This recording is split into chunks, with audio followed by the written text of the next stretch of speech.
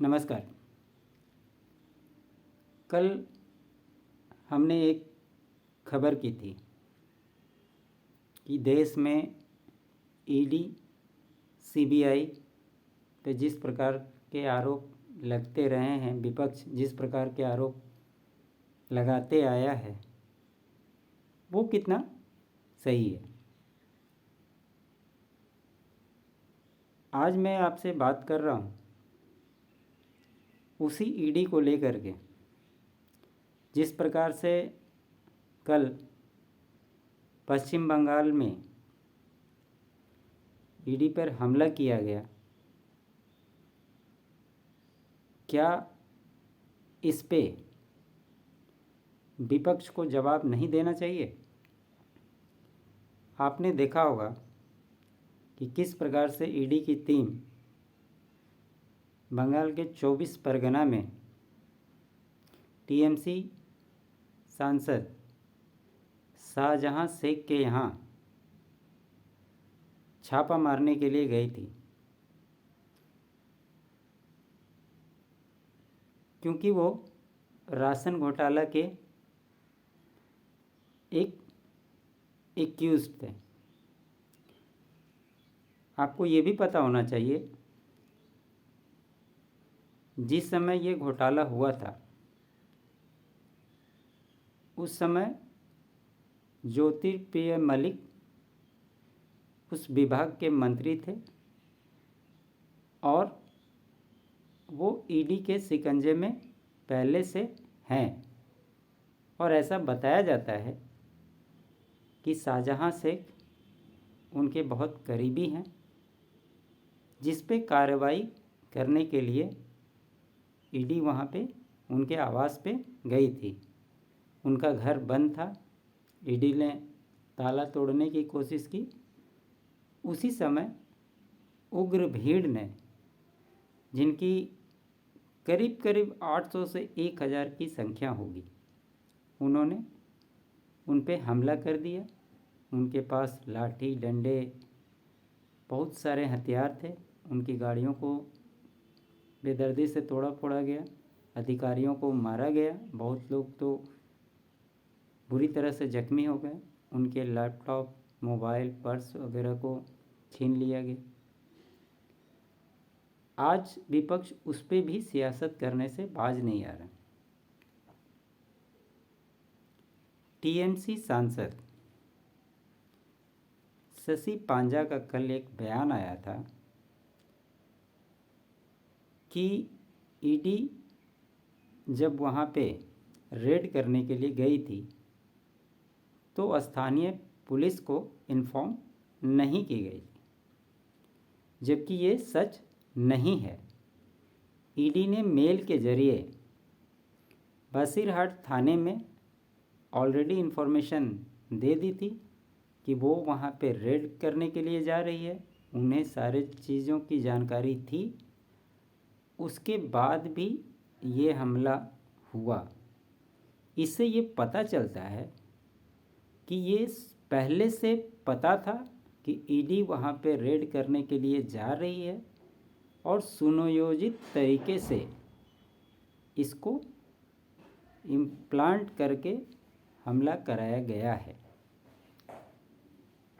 विपक्ष इसको इस प्रकार से बता रहा है कि वो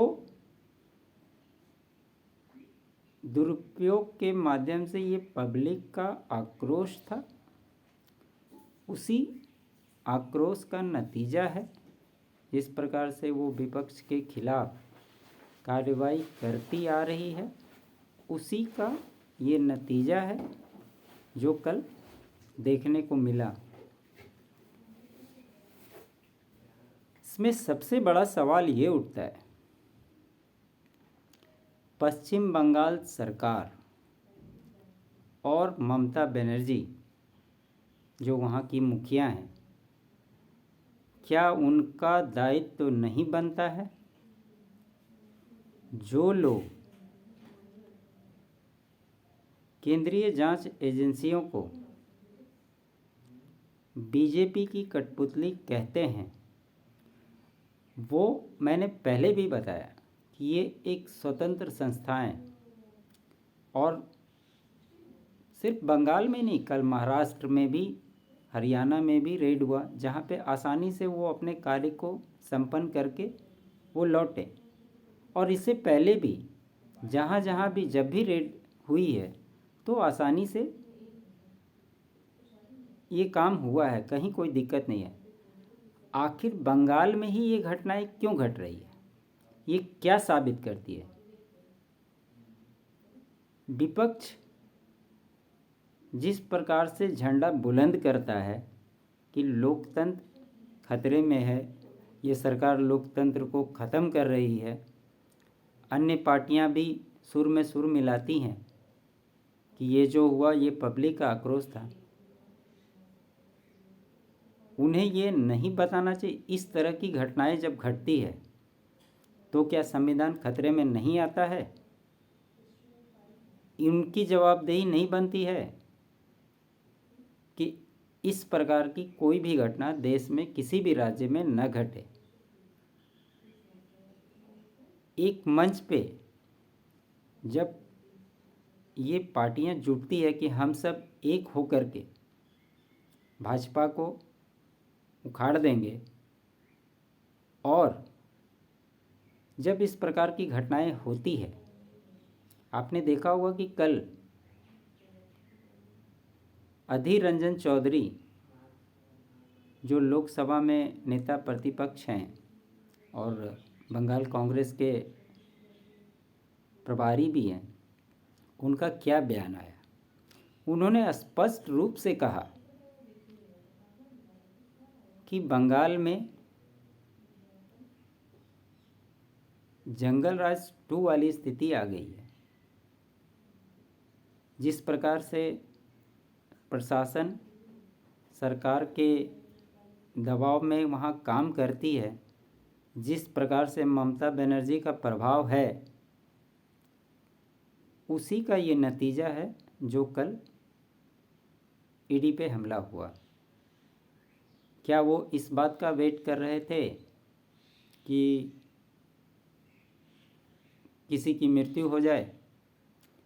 और जिस प्रकार का माहौल बन गया था उसमें इस प्रकार की अगर कोई घटना घट जाती तो ये भी कोई बहुत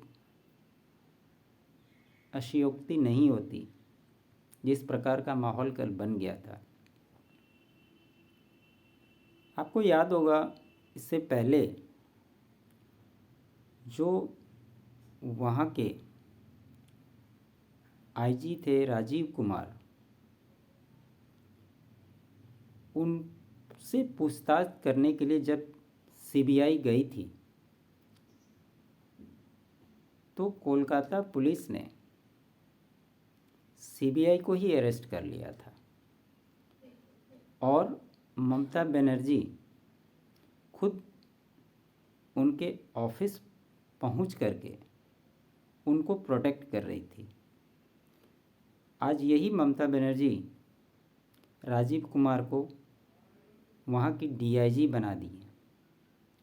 ये क्या दर्शाता है? जिस समय सीपीआई की सरकार थी वहाँ, और जिस प्रकार के दंगे होते थे, उसी के विरुद्ध में लड़ाई लड़कर ममता बनर्जी ने वहाँ पे अपनी सरकार बनाई। और आज जो स्थिति है, क्या ये स्थिति और वो स्थिति में कोई अंतर दिखता है? नहीं। आज की स्थिति ऐसी हो गई है जैसे लगता है कि किसी भी तरह के काम हो रहे हों, ममता बनर्जी को आपने देखा होगा, वो सीधे सीधे सामने से फ्रंट पे खड़ी रहती हैं, अपने प्रशासनिक लोगों को, अपने मंत्रियों, उनकी कई मंत्रियों पे भ्रष्टाचार के आरोप लगे, लेकिन कोई भी मंत्री का इस्तीफा उन्होंने नहीं लिया। कई सारे स्कीम्स के आरोपी हैं, लेकिन ममता बनर्जी पहले भी उनके साथ खड़ी थी, आज भी उनके साथ ही खड़ी हैं। ऐसे में सबसे बड़ा सवाल ये है कि ये विपक्षी पार्टियां जो आपस में सिर फुटौल करती हैं अपने राज्यों में, और जब लोकसभा चुनाव की बात होती है तो सब एक मंच पे खड़े होकर के हाथ में हाथ ले करके कहते हैं हम तो बस बीजेपी को उखाड़ फेंकेंगे। ये क्या दर्शाता है? इनकी अपनी महत्वाकांक्षाएं इतनी ज़्यादा है कि इससे वो पार पाना बहुत मुश्किल है, और आप इसका नतीजा बहुत जल्द देखिएगा, वो देखने को मिलेगा। इसलिए मैंने कल भी कहा था, आप एलिगेशन लगाते हैं, अच्छी बात है। देश में कानून है, सुप्रीम कोर्ट है, हाई कोर्ट है। आप तथ्यों के आधार पे सुप्रीम कोर्ट में जाइए, हाई कोर्ट में जाइए और अपनी बातों को साबित करें कि ये जो कार्रवाई की जा रही है वो गलत है, और उसके बाद आप अगर अपनी बातों को रखते हैं तो देश की जनता भी आप पे भरोसा करेगी। नेता होने का ये मतलब नहीं है कि आपको हर चीज़ के लिए फ्री हैंड है, जो भी मुंह में आया वो आपने बोल दिया और पब्लिक आपकी बातों पर विश्वास कर लेगी। ये पॉलिटिक्स आज के समय में देश में करना बहुत मुश्किल है, और ये चलेगा भी नहीं। आने वाले समय में जिस प्रकार से वहाँ पे बंगाल के राज्यपाल का बयान आया, गृह मंत्रालय जिस तरह से एक्टिव है और जिस तरह का माहौल बना हुआ है, आने वाले समय में क्या रंग दिखाता है देखना दिलचस्प होगा। और आप भी इसे देखें और समझें कि क्या विपक्षी पार्टियां जो एलिगेशन लगाती आ रही हैं वो कितना न्याय संगत है। और सबको पता है देश में कानून और न्यायपालिका अभी है। मेरा स्पष्ट मानना है वो अपनी बातों को न्यायपालिका में जा कर के रखें, अपने आप को प्रूव करें, अन्यथा इस तरह के एलिगेशन लगाना स्पष्ट बेईमानी है, जो कि नहीं होना चाहिए। आप अपनी राय क्या रखते हैं ज़रूर बताएं। चूँकि मैंने कल इस पे काम किया था और संजोग से देखिए वही घटनाएं उससे जुड़ी हुई कल घट गई, तो मुझे लगा इस चर्चा को एक बार फिर से आगे बढ़ाने की ज़रूरत है। इसलिए हम अपनी बातों को रखने के लिए आपके साथ जुड़े। आपको मेरा प्रयास कैसा लगा ज़रूर बताएं। अच्छा लगे तो शेयर करें। चैनल को सब्सक्राइब नहीं किया है तो ज़रूर सब्सक्राइब करें। आपका बहुत बहुत धन्यवाद। Thank you.